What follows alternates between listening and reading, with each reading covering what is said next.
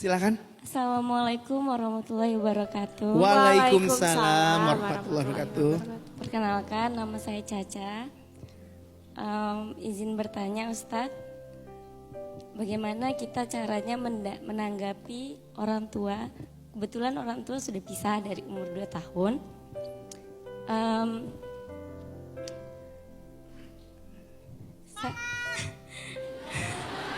Belum, Ibu belum. Security tolong diamankan.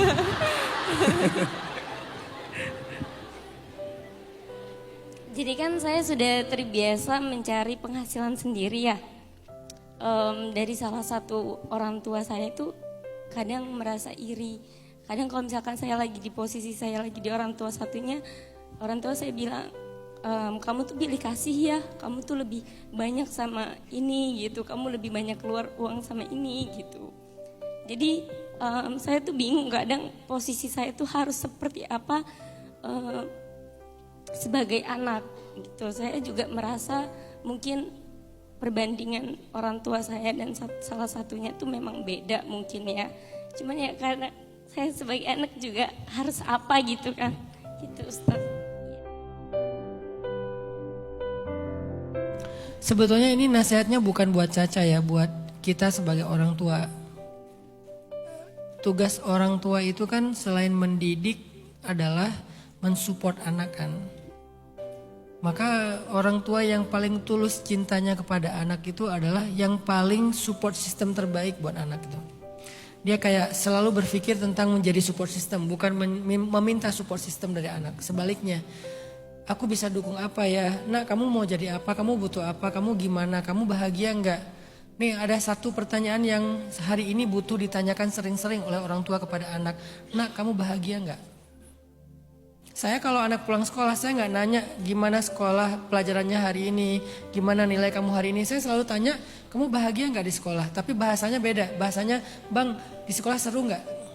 Karena dia masih SD, jadi bahasanya lebih santai. Bang di sekolah tadi seru nggak? Seru banget, tadi aku gini. Oke, kalau dia seru berarti dia bahagia. Kalau dia nggak seru, saya pasti nanya kenapa? Ada apa gitu. Terus dia curhat misalnya. Tapi alhamdulillah sejauh ini udah 4 tahun dari sekolah rimba.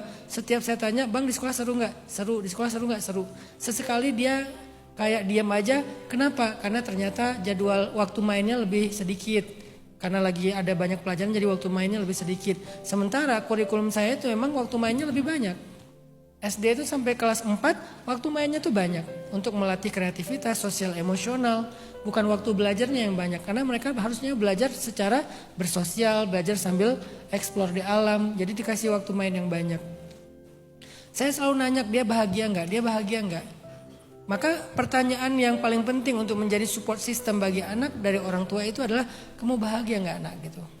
Apa yang bikin kamu bahagia? Apa yang bikin ayah, apa yang bisa ayah dukung? Apa yang bisa ayah lakuin biar kamu bahagia? Ibu juga kayak gitu, deep talk. Dan itu adalah cara menjadi orang tua terbaik. Hari ini kan mungkin orang tua udah jarang deep talk ya sama anaknya, terutama anak remaja. Sementara banyak banget unek-unek yang mereka ingin sampaikan ketahan dengan pola komunikasi yang gak lancar di rumahnya. Akhirnya tersalurkan ke tempat yang lain atau tersalurkan dengan cara yang lain. Ini butuh muhasabah diri para orang tua. Saya lihat di sini ada beberapa wajah-wajah ayah dan ibu. Semoga kita jadi support system terbaik anak kita. Kalau masih kecil, semoga kita bisa menyenangkan mereka. Kalau remaja, semoga kita bisa mendengar mereka. Bukan bawel aja. Makin remaja makin bawel kitanya. Itu berarti bukan menjadi pendengar yang baik. Jadilah pendengar yang baik bagi mereka. Berikan waktu deep talk sama mereka. Jadilah konselornya mereka. Kita harus ngerti tentang psikologi mereka. Walaupun kita bukan psikolog.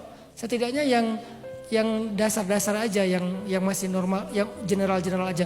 Oh dia anaknya feeling, kalau feeling kayak gini. Oh dia anaknya perceiving, kalau perceiving kayak gini. Kita coba belajari dikit-dikit. Itu bagian dari cara kita mengenal dia kan. Mengenal anak itu bukan cuman aku lebih tahu tentang kamu, kan aku yang ngelayarin kamu. Aku lebih tahu tentang kamu, kan aku yang nafkahin kamu. Belum tentu. Kan dia berubah-ubah dengan setiap pengalaman di luar rumah. Dan belum tentu, kan kita baru mengenal dia secara zahir, udah kenal belum batinnya. Udah kenal belum jeritan hatinya? Udah kenal belum dengan luka mentalnya? Kita perlu kenal itu juga. Jadi belajar psikologi anak bagian dari mengenal anak. Dan orang tua wajib itu. Itu bukan sunnah ya, wajib. Orang tua wajib mempelajari psikologi anak. Kalau enggak dia akan salah treatment kepada anaknya. Disamain satu dengan yang lain dengan kata-kata kamu harusnya kayak kakak kamu. Kamu enggak seperti adik kamu, bla bla bla. Di comparing lagi.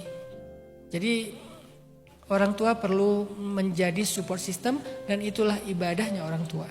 Bukan minta disupport tapi malah mensupport. Itu ibadah orang tua. Lalu bagaimana dengan anak yang gak semua keadaan rumah tangganya itu normal. Ada cerita-cerita yang istimewa kayak Mbak Caca ini. Orang tuanya kondisinya adalah orang tua yang sangat, kayaknya mereka ngerasa Mbak Caca ini adalah anak yang hebat ya. Sehingga mereka butuh disupport sama Mbak Caca. Jadi secara nggak langsung mereka mengakui loh kehebatan Mbak Caca. Makanya dua-duanya caper sama Mbak Caca. Kamu kok sering di sana? Berarti kan saya butuh dong. Itu kan cara orang caper kan suka gitu ya. Kadang-kadang orang caper dengan ngomong, kadang-kadang orang caper dengan cemburu. Kecemburuan itu caper sebetulnya, cari perhatian. Di sisi lain sebetulnya dia mengakui Mbak Caca itu anak yang mereka butuhkan gitu. Saya juga kadang ada rasa kayak gitu ke anak gadis saya ya. Aisyah kan dia kamarnya di atas. Kalau saya pulang capek saya pasti panggil kak gitu. Ya ba, yuk makan gitu. Dia udah tahu, dia ngerti banget anaknya. Kalau saya ngajak makan walaupun dia udah makan, dia tetap turun. Kenapa? Berarti baba minta ditemenin. Jadi kalau saya makan dia temenin walaupun cuma minum air putih, dia nemenin, ngobrol, ketawa-ketawa.